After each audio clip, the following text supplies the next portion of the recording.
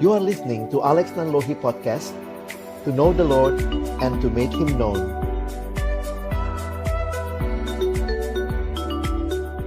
Selamat siang teman-teman sekalian, Bapak Ibu, kakak-kakak ya kalau ke sekolah minggu biasanya. Senang bisa ketemu, selamat Natal, selamat Tahun Baru. Dan kita lihat sama-sama hari ini kita persiapan untuk materi ke depan. Saya akan bagikan apa yang saya coba siapkan. Ini perikop yang cukup panjang dengan judul yang menarik juga, karena mengangkat tentang Yesus sebagai pembawa sukacita. Nah, kita akan lihat sama-sama dan nanti saya coba jelaskan persiapan saya. Nanti ya teman-teman harus ya bergumul ya untuk menerapkannya dalam mungkin aktivitas atau pesan yang lebih aplikatif buat anak-anak di setiap jenjang kelas atau usia. Dan kita coba lihat dulu. Ini Lukas pasal 2 ayat 1-20. Jadi kalau kita ingat bagaimana Injil Lukas ditulis, hanya 2 Injil yang menulis tentang kelahiran Yesus, yaitu Injil Matius dan Injil Lukas. Dengan perspektif yang berbeda. Injil Matius menulis perspektif Yesus sebagai raja, karena itu silsilah di awal dan juga itu berkaitan dengan Raja Daud. Lalu nanti kehadiran Yesus yang lahir itu sebagai raja orang Yahudi disorot dari berita atau pertanyaan para Majus yang datang kepada Herodes pada waktu itu. Jadi perspektif Yesus sebagai raja begitu kuat di Matius. Nah, Lukas mencatat dengan perspektif Yesus sebagai anak manusia. Dan Dr. Lukas, sebagaimana di Lukas pasal 1, dia berusaha melakukan riset, ya. Risetnya nampaknya cukup mendalam, termasuk melakukan wawancara dengan para saksi mata yang nampaknya masih hidup ketika dia menuliskan Injil Lukas. Salah satunya misalnya, saksi matanya adalah Maria misalnya. Kenapa? Karena misalnya kita membaca dituliskan Maria menyimpan itu dalam hatinya. Loh, kok Lukas bisa tahu? Nah, mungkin Lukas mewawancarai atau melakukan riset sebagaimana yang ditulis di dalam Lukas 1 ayat 1-4. Jadi dia berusaha menyusun, membukukan segalanya. Nah, ini memang menarik ya kalau kita perhatikan bagaimana keteraturan Injil Lukas dan juga beberapa cerita yang tidak kita dapati di dalam Injil yang lain, secara khusus Injil yang mencatat kelahiran, yaitu Injil Matius. Nah, Lukas pasal 2 ayat 1-20, kalau kita menghayati Lukas ini historian atau dokter. Tapi sebenarnya dalam tugas, dokter sama historian itu sama-sama mencatat. Apalagi kalau kita lihat, nah mungkin Bapak Ibu kalau pernah masuk rumah sakit, kekuatan dokter itu atau perawatan medis itu di catatan. Jadi dicatat dengan detail ya. Kalau bahkan masuk ICU, wah itu saya pernah ada keluarga masuk ICU itu tensinya dicatat per 15 menit. Tensinya, denyut jantung segala macam per 15 menit itu dicatat ya. Sehingga tabelnya ada dan dibandingkan. Nah, dalam pengobatan medis maka juga demikian. Tidak heran Lukas mencatat dengan cukup detail, termasuk data-data sejarah. Ya, mari kita lihat. Dia memulai cerita narasi kelahiran Yesus pada waktu Kaisar Agustus mengeluarkan suatu perintah menyuruh mendaftarkan semua orang di seluruh dunia. Inilah pendaftaran yang pertama kali diadakan sewaktu Kirenius menjadi wali negeri di Syria. Maka pergilah semua orang mendaftarkan diri masing-masing di kotanya sendiri. Nah, ada nama-nama yang muncul dengan wilayahnya, membuktikan bahwa ini sesuatu yang historis. Demikian juga Yusuf pergi dari kota Nazaret di Galilea ke Yudea, ke kota Daud yang bernama Bethlehem, karena ia berasal dari keluarga dan keturunan Daud, supaya didaftarkan bersama-sama dengan Maria tunangannya yang sedang mengandung. Ketika mereka di situ, tibalah waktunya bagi Maria untuk bersalin, dan ia melahirkan seorang anak laki-laki. anaknya yang sulung, lalu dibungkusnya dengan lampin dan dibaringkannya di dalam palungan, karena tidak ada tempat bagi mereka di rumah penginapan. Di daerah itu ada gembala-gembala yang tinggal di padang menjaga kawanan ternak mereka pada waktu malam. Tiba-tiba berdirilah seorang malaikat Tuhan di dekat mereka, dan kemuliaan Tuhan bersinar meliputi mereka, dan mereka sangat ketakutan.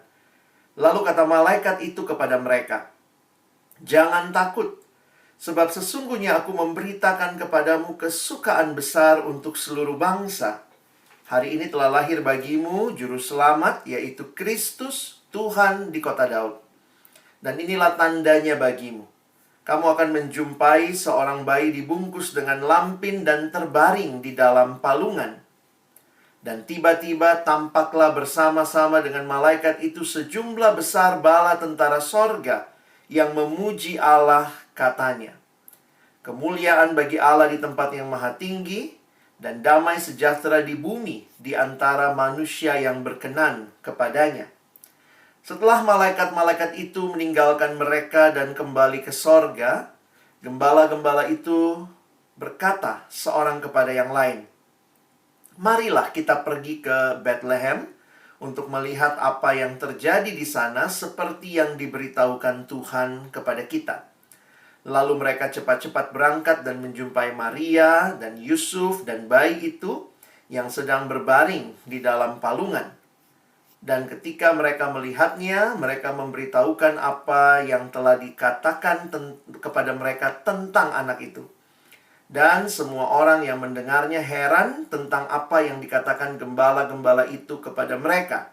Tetapi Maria menyimpan segala perkara itu di dalam hatinya dan merenungkannya.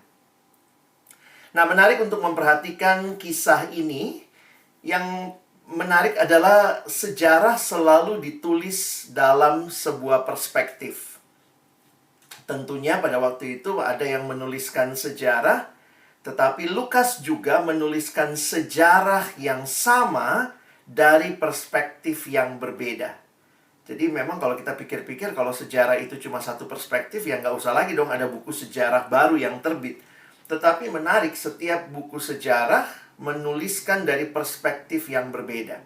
Nah, bagi saya ini menarik untuk kita yang ya guru-guru lah ya, mempelajari, melihat bahwa menarik ini caranya Lukas menuliskan perspektif sejarah ini. Perjalanan dari Nazaret ke Bethlehem ini, sorry ya, oh maaf, ini ada satu ayat ketinggalan ya. Maka kembalilah gembala-gembala itu sambil memuji dan memuliakan Allah karena segala sesuatu yang mereka dengar dan mereka lihat semuanya sesuai dengan apa yang telah dikatakan kepada mereka. Nah, ini sedikit latar belakang geografis. Kalau kita lihat dari Nazaret itu ada di atas di daerah Galilea. Lalu Yerusalem itu ada di bawah ya, di daerah Yudea. Jadi Yesus lahirnya di Bethlehem. Bethlehem itu ada di daerah Yudea, itu dekat dengan Yerusalem. Bethlehem Yerusalem hanya kira-kira 7 mil, sekitar ya 7 mil ya, 11 kiloan begitu, 9-11 kilo. Nah, sementara Nazaret itu 70 mil dari atas turun ke bawah ya. Nah, ada hal yang menarik karena kita melihat bahwa Kaisar Agustus mengeluarkan perintah untuk mendaftarkan. Jadi ini ada sensus yang terjadi pada waktu itu. Dan tidak ada pilihan bagi Yusuf. Ya, ini menarik ya. Nggak ada pilihan bagi Yusuf. Saya pikir nggak logis lah ya. Masa ajak istri hamil besar jalan-jalan 70 mil ya. Mau naik apa itu ya? Pasti harus naik keledai atau apa. Nggak ada AirAsia waktu itu. Jadi akhirnya harus melewati situasi ini berarti ada kuasa, ada otoritas yang lebih besar daripada otoritas Yusuf yang membuat dia tidak punya pilihan.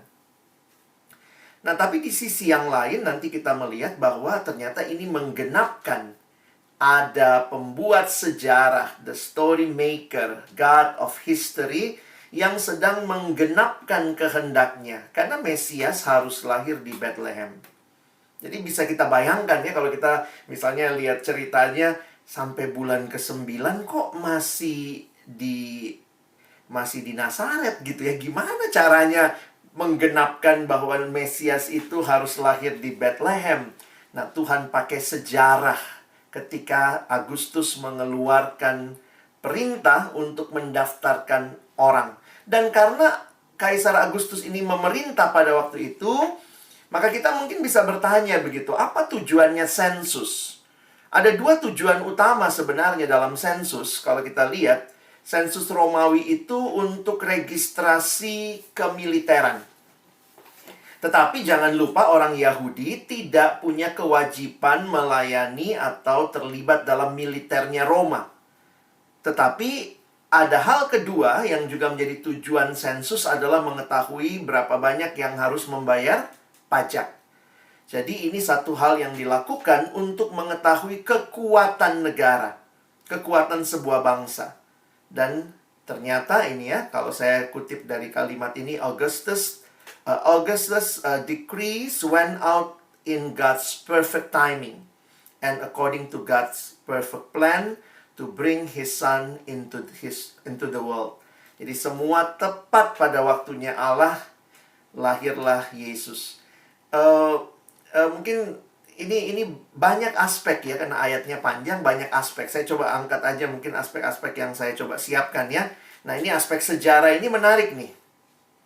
Satu perenungan yang pernah saya tulis dalam sebuah buletin tentang Kaisar Agustus ini. Tidak kebetulan Lukas mencatat perintah Agustus ketika Quirinius menjadi gubernur ya. Wali negeri itu artinya gubernur di Syria. Kaisar Agustus menjadi tokoh utama dunia pada masa itu karena segala prestasinya. Nah, ini menarik kalau kita melihat apa yang dicapai oleh si Agustus, Kaisar Agustus ini. Tahun 29 Masehi, sebelum Masehi, 29 SM ya, Kaisar Agustus berhasil mengakhiri perang sipil yang sudah berlangsung selama hampir 1 abad. Perang itu telah memporak-porandakan wilayah kerajaan Roma. Itulah sebabnya pada masa pemerintahan Agustus dipropagandakan sebagai zaman kejayaan dan pemerintahannya membawa berkat kebajikan bagi dunia. Menarik ini ya, bahwa latar belakangnya Agustus ini pencapaiannya untuk perdamaian itu luar biasa. Karena itu pada tahun 13 sampai 39 sebelum Masehi didirikan sebuah altar besar bagi perdamaian yang dicapai oleh Agustus ini. Ya, altar itu diberi nama Ara Pacis Augustae. Altar besar ini masih berdiri di Roma sebagai monumen yang mengenang cita-cita Agustus. Jadi Agustus itu menyatukan Roma kembali setelah pecah dengan perang sipil itu. Nah ini Ara Pacis Augustae-nya ya. Nah, yang menarik kalau teman-teman memperhatikan bahwa ada orang sampai dibikinin altar seperti ini ya, berarti dia pengaruhnya luar biasa. Bahkan di kota-kota kecil, ya, kota-kota Yunani di Asia Kecil pada waktu itu, karena kan kerajaan Romawi itu take over kerajaan Yunani ya. Bahkan mereka menerima tanggal 23 September ya, itu hari lahirnya Agustus sebagai hari pertama tahun baru. Jadi ini tokoh yang punya pengaruh sampai ulang tahunnya jadi awal tahun gitu ya. Agustus dielu-elukan sebagai penyelamat dunia. Wow, ternyata itu gambaran yang diberikan dan ada prasasti yang ditemukan. Prasastinya Priena ini secara agung di dalamnya menuliskan, memaklumkan hari lahir dewa menandai permulaan kabar baik bagi dunia. Jadi inscription-nya ini masih ada sampai sekarang di museum mana nggak tahu ya. Priena inscription ini, itu tulisannya di dalamnya adalah Agustus Juru Selamat Dunia, kira-kira begitu. Nah, jadi menarik ya, ketika Lukas mengambil catatan ini, Lukas sedang melawan propaganda ini dengan memperlihatkan bahwa secara paradoks, perintah Agustus itu hanyalah jadi latar belakang bagi kelahiran Yesus. Manusia mendirikan sebuah altar bagi Pax Augustae gitu ya. Itu Pax itu artinya suatu periode keamanan dan kestabilan di bawah pemerintahan suatu bangsa atau kerajaan yang kuat. Makanya biasa juga disebut sebagai Pax Romana. Tetapi sebuah paduan suara sorgawi justru mewartakan Pax Christi, damai sejahtera di bumi di antara manusia yang berkenan kepadanya. Hari lahirnya si Agustus yang menandai permulaan zaman baru tidak terjadi di Roma, tapi terjadinya di Bethlehem. Dan saya pikir luar biasa ya, kita menghayati sekarang, maka hari lahirnya Yesus itu atau kira-kira tahun kelahiran Yesus itulah yang menandai dimulainya sebuah tahun sebelum Masehi dan sesudah Masehi. Prasasti yang dibuat manusia dibalas oleh seruan meriah para malaikat Tuhan. Aku memberitakan kepadamu kesukaan besar. Telah lahir bagimu juru selamat, bukan si Agustus juru selamatnya. Dunia menawarkan kedamaian yang sementara, tetapi Kristus memberikan kedamaian yang abadi. Dunia hanya menawarkan kelepasan dari tekanan sosial, politik, ekonomi, budaya, suatu kelepasan yang sementara, namun Kristus memberikan kemerdekaan yang kekal, kemerdekaan dari dosa. Jadi hanya dari latar belakangnya saja banyak refleksi yang bisa kita lihat. Ini baru 7 ayat pertama ya. Bagi saya menarik melihat bahwa berita lahirnya Raja Damai, karena waktu itu kalau dibilang Injil, Injil itu kata yang dipinjam dari kata yang ada pada masa itu. Dan Injil waktu itu adalah si Kaisar Agustus ini, penyelamat bagi dunia. Nah, karena itu waktu kita sekarang melihat kepada Yesus, latar belakang ini membawa kita melihat siapa sih Yesus yang lahir ini. Ketika malaikat datang, dikatakan malaikat memberitakan kepadamu, kata malaikat kepada para gembala, aku memberitakan kepadamu kesukaan besar. Ya, kesukaan besar untuk seluruh bangsa. Jadi kalau kita perhatikan, memberitakan kepadamu kesukaan besar untuk seluruh bangsa, dalam bahasa aslinya dipakai istilah evangelion. Ini artinya good news, artinya gospel. Makanya kalau teman-teman memperhatikan, ini berita yang menarik sekali ketika malaikat datang kepada para gembala. Aku memberitakan kepadamu kesukaan besar. Apa sih berita kesukaan besarnya? Nah, yang menarik untuk kita perhatikan di ayat 11 adalah tentang siapa yang lahir. Jadi, berita kesukaan besarnya ini berkaitan dengan siapa yang lahir. Ada 3 istilah, sebutan yang muncul untuk Yesus. Dia disebut Juru Selamat, Kristus, dan Tuhan. Juru Selamat, Kristus, dan Tuhan.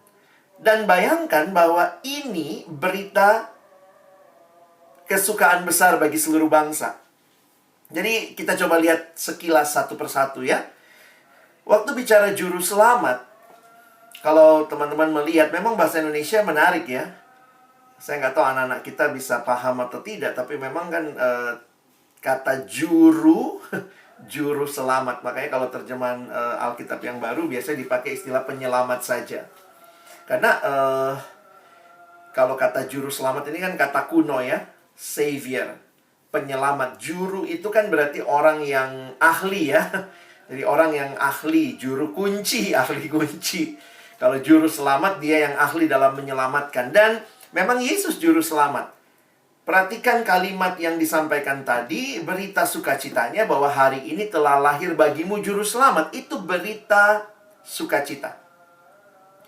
Tapi seringkali untuk menghayati berita sukacita, kita perlu juga tahu ya, emangnya berita duka citanya apa? Karena menarik untuk memperhatikan, Yesus ini kehadirannya, kelahirannya, pribadinya dikatakan dialah berita kesukaan besar. Lalu ada istilah di belakangnya, untuk seluruh bangsa. Banyak berita sukacita itu sifatnya lokal. Ada diskon di CP. Ya, di CP doang gitu ya, lokal gitu. Ada diskon di Mall Ciputra. Nah, itu lokal tuh. Kalau pergi ke Mall Pluit, nggak ada. Jadi, berita-berita sukacita yang ditawarkan bahkan di dunia. Ya, MU menang. Wah, itu berita sukacita buat pendukung MU. Yang nggak suka MU, ya biasa aja gitu ya. Buat yang mungkin pendukungnya Manchester City, kalau misalnya MU lawan Manchester City, ya, itu jadi berita duka cita. At the same time, ada nggak ya berita sukacita besar yang berlaku untuk seluruh bangsa? Semua waktu dengar itu berita sukacita. Nah, pertanyaannya mungkin kita perlu pahami dulu, adakah berita duka cita terbesar yang melanda seluruh bangsa? What is the bad news? Nah, kalau kita perhatikan, mungkin kita lihat sekarang ya, bad news-nya itu adalah corona, pandemi, melanda seluruh dunia. Tapi Alkitab memberikan kita kacamata yang tepat untuk melihat what is the real bad news. The real pandemic sebenarnya dalam perspektif Alkitab adalah dosa. Ini berita duka cita terbesar sepanjang zaman di Roma 3:23. Karena semua orang telah berbuat dosa dan telah kehilangan kemuliaan Allah. Bapak, Ibu, teman-teman sekalian, betul corona itu pandemi. Tapi jangan lupa, itu karena terjadi di banyak tempat hampir di seluruh dunia. Tapi kan nggak semuanya kena. Ada yang tidak kena, ada yang kena. Tapi kalau bicara dosa, dosa itu tidak memandang bulu. Semua orang. That's why saya merenungkan sin is the real pandemic. Semua orang, mau dia tua, muda, berpendidikan, kurang berpendidikan, dia punya kekayaan, mungkin dia tidak punya kekayaan, dia laki-laki, dia perempuan, semua orang telah berbuat dosa dan telah kehilangan kemuliaan Allah. Allah menciptakan manusia untuk mencapai tujuan Allah. Sama seperti orang memanah, kata dosa, kata hamartia adalah missing the mark. Orang kalau memanah harusnya kena bidang panahnya ya. Ini kena bidang panah aja enggak. Jadi boro-boro kena yang paling tengah. Jadi manusia dalam dosa missing the mark. Tidak mencapai sasarannya. Dan bahkan Alkitab menggambarkan dosa itu membelenggu. Di dalam kitab Roma, Paulus mempersonifikasi dosa. Dosa digambarkan seperti tuan yang sedang memperbudak. Jadi kayak seorang tuan yang memperbudak ya, seperti seorang yang budak itu kan tidak punya pilihan. Dia hanya melakukan apa yang tuannya mau. Karena gambaran yang dipakai bukan seperti kita punya ART sekarang ya, asisten rumah tangga. Pada masa itu budak itu slave, benar-benar dibeli, milik sepenuhnya dari siapa yang memilikinya, tuannya. Dosa melanda semua orang, dosa membelenggu, dan ya ini, upah dosa ialah maut. Ini sebenarnya menjadi cerita akhir dari semua manusia. Roma 6 ayat 23a, sebab upah dosa ialah maut. Kalau kita sadar ini berita duka citanya dan dialami oleh seluruh manusia di bawah kolong langit ini, barulah penghayatan ini, ketika ada berita sukacita, itu benar-benar sukacita kalau kita ngerti benar berita duka citanya ya. Saya kasih gambarannya begini kali ya. Kalau kita nggak pernah ngerasa kita sakit, maka nggak ngaku ya kita sakit ya. 1000 dokter pun di depan kita, kita nggak butuh. Saya nggak sakit kok. Tetapi kalau kita sadar, kita akui saya sakit, maka mungkin di depan kita hanya perawat saja. Bukan merendahkan perawat ya, tapi dokter kan tentu pendidikannya lebih jauh. Tapi ketika ada perawat saja kita udah sangat bersyukur, karena kita tahu saya sangat membutuhkan kesehatan itu. Jadi apa berita sukacita terbesarnya. Kadang-kadang kalau kita hafal ayat, jangan cuma hafal setengah ya. Roma 6 ayat 23, upah dosa ialah maut. Jangan lupa itu cuma Roma 6 ayat 23a. Ya, makanya harus baca full ayatnya ya. Sebab upah dosa ialah maut, itu A-nya, tetapi karunia Allah ialah hidup yang kekal dalam Kristus Yesus Tuhan kita. Jangan cuma senang hafal bad news-nya ya. Kita sukanya bad news-nya. Oh, upah dosa ialah maut. Upah dosa adalah maut ya. Guru sekolah minggu juga kadang-kadang keluarnya, oh hati-hati dengan dosa ya. Jangan lupa, sesuai tema kita hari ini, sukacitanya bukan di dosanya, tapi karunia Allah ialah hidup yang kekal dalam Kristus Yesus Tuhan kita. Roma 6 ayat 23 lengkap ayatnya. Menceritakan maut menjadi akhir cerita dari semua orang yang hidup di dalam dosa. Maut itu berarti mati kekal, binasa, terpisah dengan Allah selama-lamanya. Tetapi bukan itu cerita akhir dari mereka yang hidup di dalam Yesus. Karena kita akan menikmati hidup yang kekal, keselamatan yang kekal bersama dengan Tuhan selama-lamanya. Dan ini bukan usaha kita. Ini ada satu gambar yang saya dapat ketika pernah melayani di satu gereja. Ditampilkan gambar ini, kalau Bapak Ibu googling ada ya, judulnya Peter Drowning. Jadi ini cerita atau gambar Petrus tenggelam. Ini gambar perspektif ya. Jadi ini perspektifnya Petrus lagi tenggelam. Petrus tenggelam, terus dia lihat ke atas. Nah, di atas, di luar air, dia lihat Yesus lagi mengulurkan tangannya. Nah, jangan salah lihat ya. Kalau googling ada tuh Peter Drowning. Ini bukan Yesusnya yang tenggelam. Nanti kalau lihat gini, ih Yesus tenggelam nih. Enggak ya. Tapi ini Petrus yang lagi tenggelam, perspektifnya. Nah, gambar ini secara khusus mengingatkan kita ya, bahwa manusia itu nggak bisa menyelamatkan dirinya sendiri. Kenapa kelahiran Yesus sebagai juru selamat jadi berita sukacita? Karena kalau teman-teman dan saya bisa selesaikan dosa, ya kita nggak butuh juru selamat. Natal itu sebenarnya sedang bilang sama kita ya, Tuhan mau bilang sama kita waktu Natal, hey, kamu nggak bisa jadi juru selamat. Makanya saya berikan juru selamat. Dosa masalah kita, sin is our problem, but the solution is not from us. Solusinya bukan dari kita. Yesus adalah the God solution. Mau hidup ya dalam Yesus.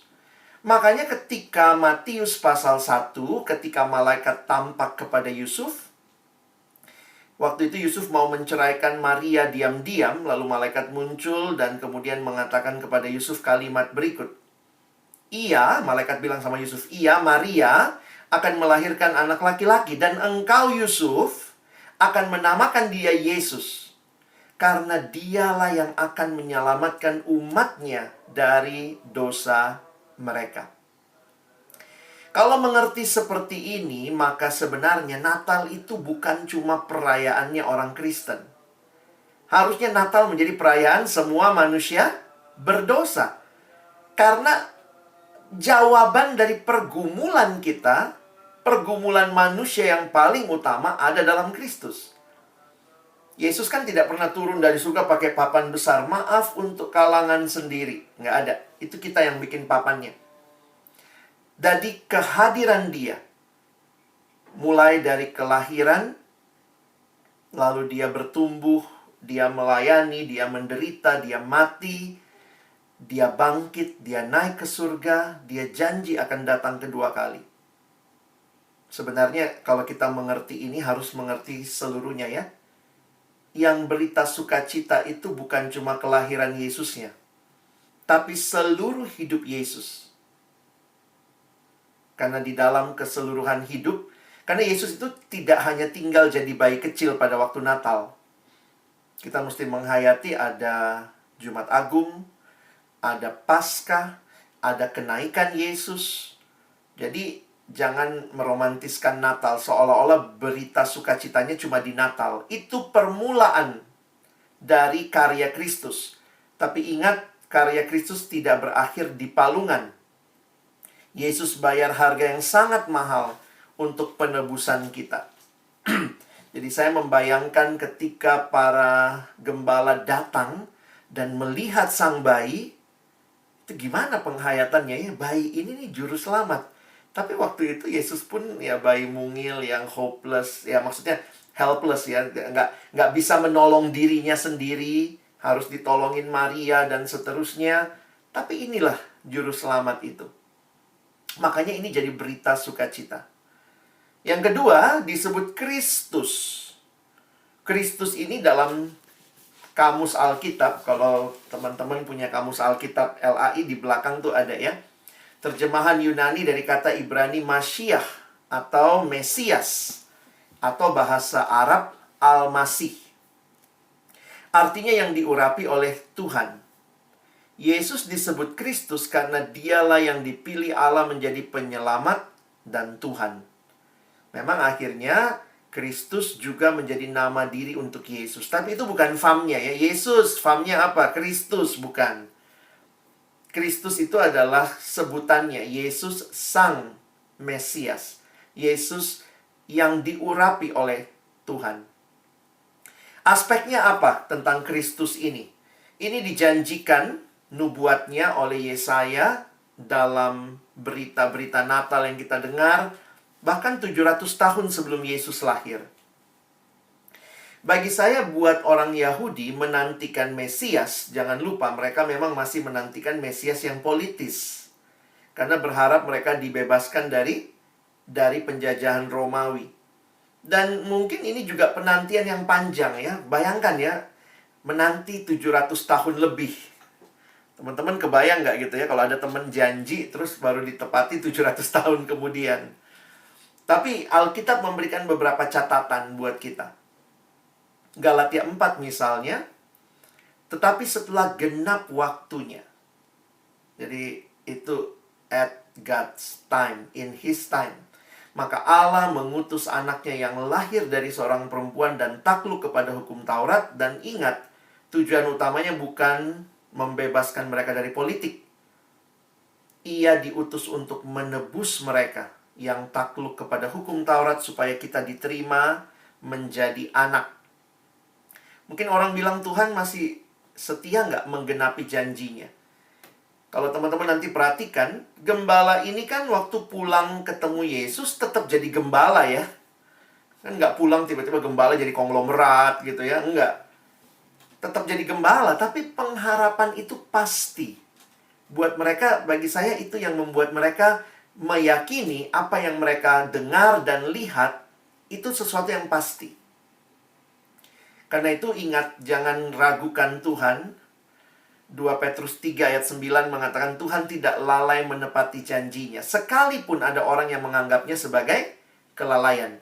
Tapi ia sabar terhadap kamu, karena ia menghendaki supaya jangan ada yang binasa, melainkan supaya semua orang berbalik dan bertobat. Jadi perspektif Mesias bagi saya yang menarik juga untuk kita lihat bahwa menggenapkan bahwa Allah setia pada janjinya. Dia juru selamat, dia membebaskan dari dosa, dia Mesias. Berarti Allah tidak ingkar janji dan dia juga adalah Tuhan. He is Lord. Dalam Alkitab ada dua istilah besar yang muncul baik di PL maupun di PB yang menarik untuk kita renungkan. Yang pertama itu istilah pencipta. Tuhan sebagai pencipta dan kita sebagai ciptaan. Sebenarnya sejak awal Tuhan ciptakan kita, berarti kita miliknya. Kalau saya dicipta Tuhan, ya saya milik Tuhan. Siapa yang harus saya layani? Ya Tuhan. Siapa yang harusnya jadi Lord in my life? Ya Tuhan sendiri. Makanya kalau kita menyadari manusia ini makhluk yang tidak bisa lepas dari penciptanya. Karena kehadiran kita, eksistensi kita, itu terkait dengan pencipta kita. Makanya saya tuliskan, God the Creator. God without man is still God. But man without God, we are nothing. Jadi, dari perspektif penciptaan aja, maka Tuhan harusnya jadi Lord dalam hidup kita. Jadi Tuan, jadi penguasa, jadi Raja dalam hidup kita. Istilah kedua yang besar di Alkitab adalah istilah penebus. Menarik sekali ketika manusia jatuh dalam dosa, maka istilah yang muncul di dalam Alkitab adalah Allah menebus manusia. Ini istilah perdagangan. Kalau ada barang yang terjual, tergadai, apa artinya menebus? Menebus berarti membayarkan sejumlah uang atau tukar sama barang supaya benda itu kembali jadi milik orang yang membeli. Jadi menarik sekali memperhatikan di Alkitab, Allah itu pencipta. Tapi dia juga penebus. Jadi waktu kita jatuh dalam dosa, Tuhan tidak give up. Tapi dia bahkan datang menebus kita, mengembalikan kita kembali sebagai miliknya. Karena itu, di dalam penciptaan, He is Lord. Di dalam penebusan, kalau saya ditebus oleh Tuhan, harganya sudah lunas dibayar, maka saya harus kembali mentuhankan dia. Sebuah kalimat dari Hudson Taylor, Christ is either Lord of all, or He is not Lord at all.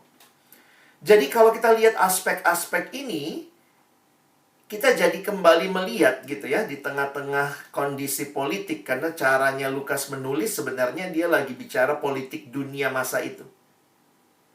Mungkin kalau kita bikin berita Natal seandainya Yesus lahir sekarang begitu ya. Ada perenungan yang menarik ditulis oleh Bapak Andar Ismail dalam bukunya seandainya Yesus lahir di DKI misalnya gitu ya. Bagi saya itu menarik tuh cara melihat sejarah dalam perspektif yang berbeda.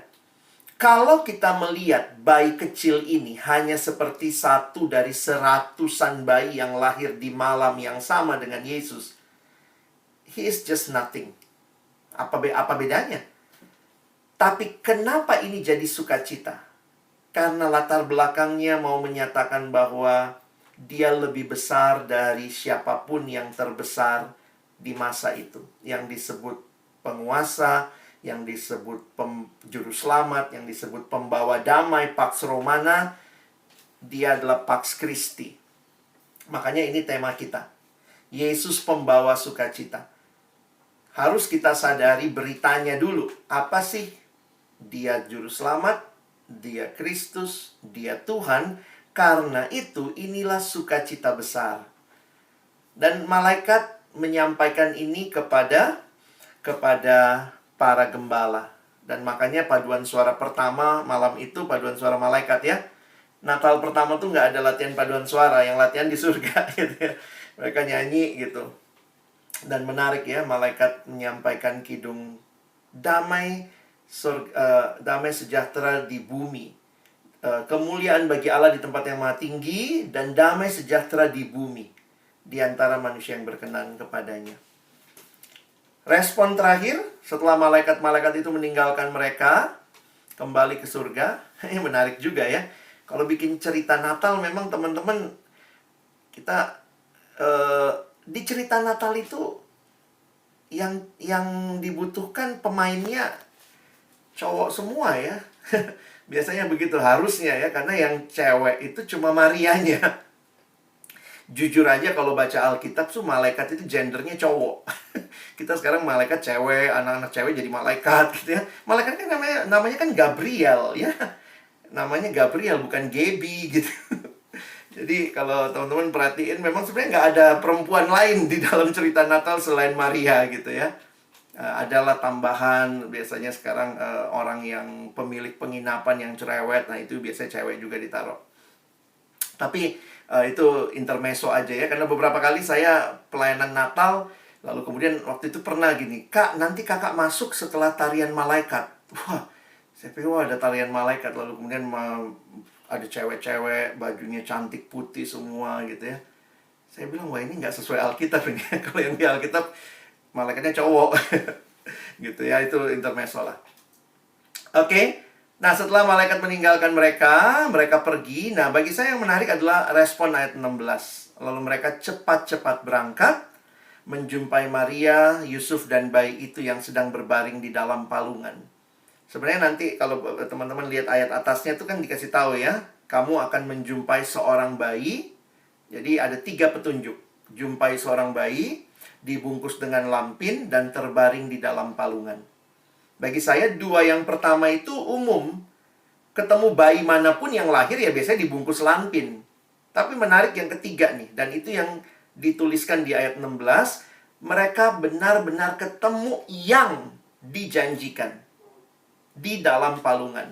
Karena ini nggak lazim. Sekali lagi, ini nggak lazim. Ya.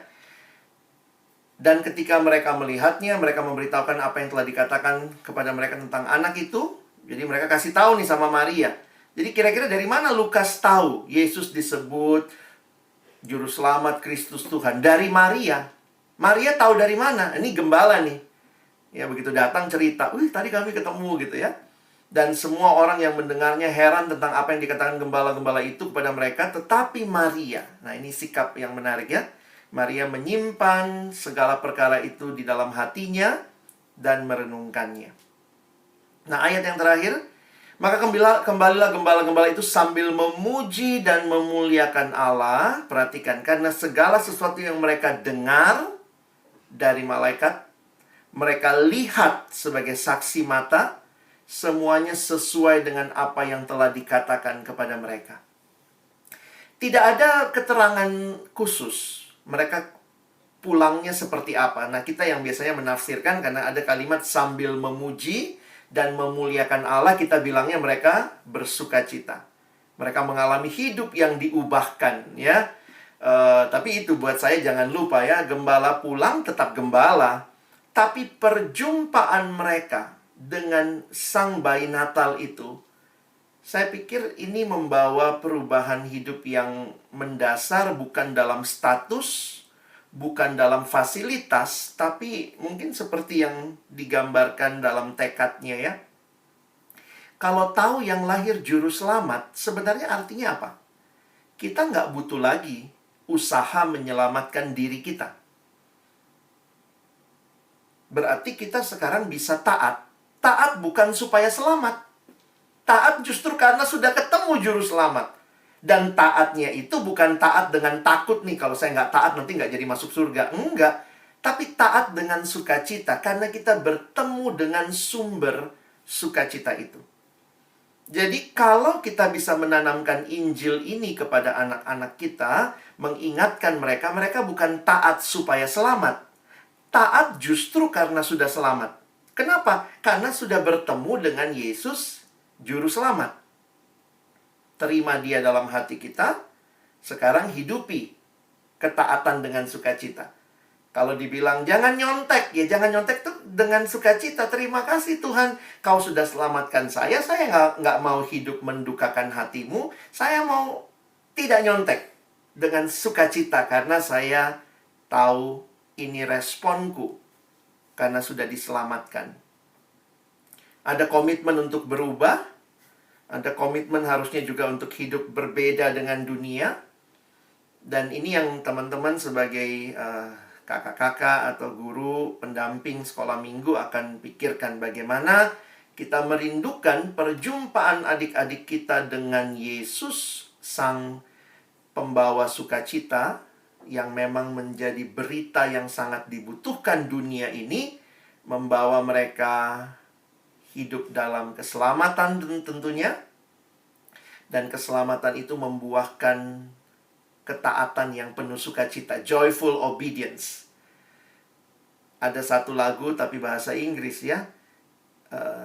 Obedience is the very best way to show that you believe. Jadi obedience itu the very best way to show that you believe. Bukan obedience is the way so you can be safe. Bukan. Obedience is the very best way to show that you believe. Kalau kamu sungguh-sungguh berjumpa dengan Sang Juru Selamat, maka kamu sekarang taat dalam belajarmu. Bagaimana kita mengaplikasikan ini di dalam pergaulan. Harusnya semuanya untuk kemuliaan Tuhan. Ya, itu yang saya coba siapkan. Saya harap ini menolong teman-teman juga bisa melihat lebih jauh. Karena beritanya banyak, tapi bahan pelajaran yang diminta sebenarnya fokus kepada Yesus pembawa sukacita. Dan tekad anak-anak yang diharapkan adalah mau taat dengan sukacita. Ya, kiranya ini menolong kita bisa menghayatinya. Terima kasih. Saya kembalikan kepada pengurus.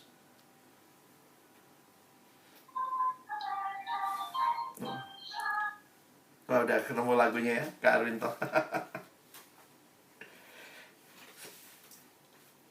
Boleh juga diajarkan. Sama-sama. Tuhannya dari mulai dari Kaisar Augustus sampai ke obedience is the very best way to show that we believe. Sama-sama. Coach Cici, silakan kalau ada pertanyaan. Ada beberapa menit sebelum kita tutup. Mungkin kalau dari saya, Bang Alex itu ya, aplikasinya kira-kira yang pas apa ya buat anak kelas kecil sama anak kelas besar.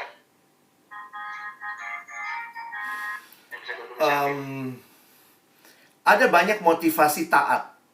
Dan motivasi taat yang mungkin perlu kita ajarkan juga kepada anak-anak adalah taat karena sayang, taat karena cinta.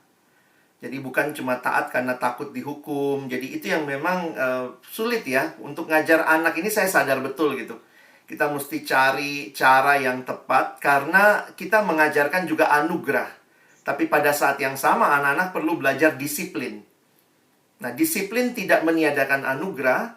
Nah, mungkin titik temunya yang saya lihat adalah menemukan motivasi taat yang lebih dalam supaya menjadi joyful obedience adalah taat karena kita cinta sama Tuhan.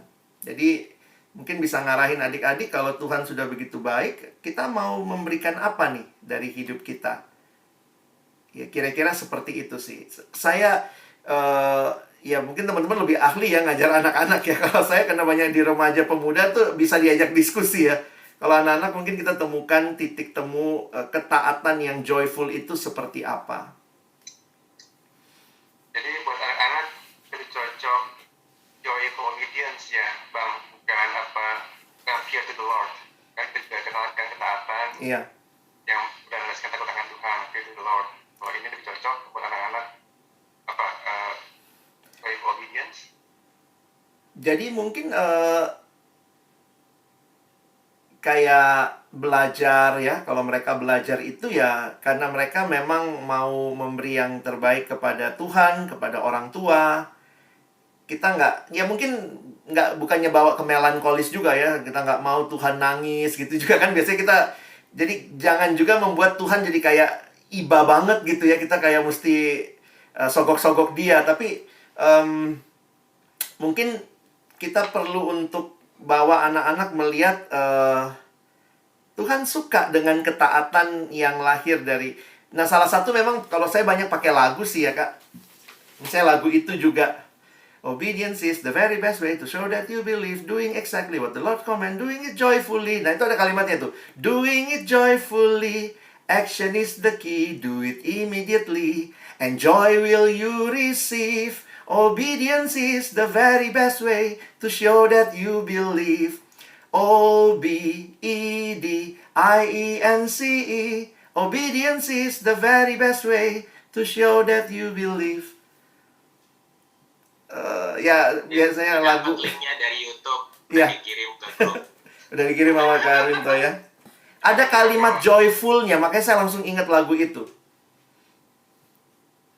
And joy will you receive. Obedience is the very best way to show that you believe.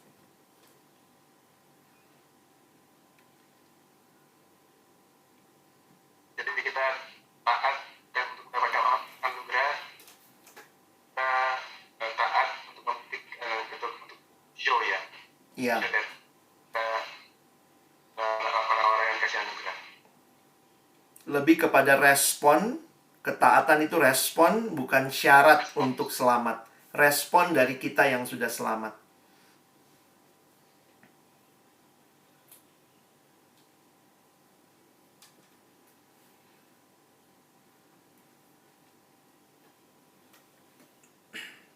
Ya. Teman-teman kita berdoa dulu yuk. Ya Allah. awal sampai akhir tidak satu kurang apapun. Terima kasih juga untuk Pak Alex yang sudah memimpin kami ya Tuhan. Tuhan tolong pimpin kami lagi untuk persiapan lagi untuk minggu depan ya Tuhan. Supaya anak-anak boleh semangat datang ke sekolah minggu dan boleh senang bersama-sama kami. Tuhan, terima kasih ya Tuhan, hari ini kami semua sudah menyelesaikan 2 tugas kami yang utama ya Tuhan. Tuhan, terima kasih Tuhan Yesus, haleluya, amin.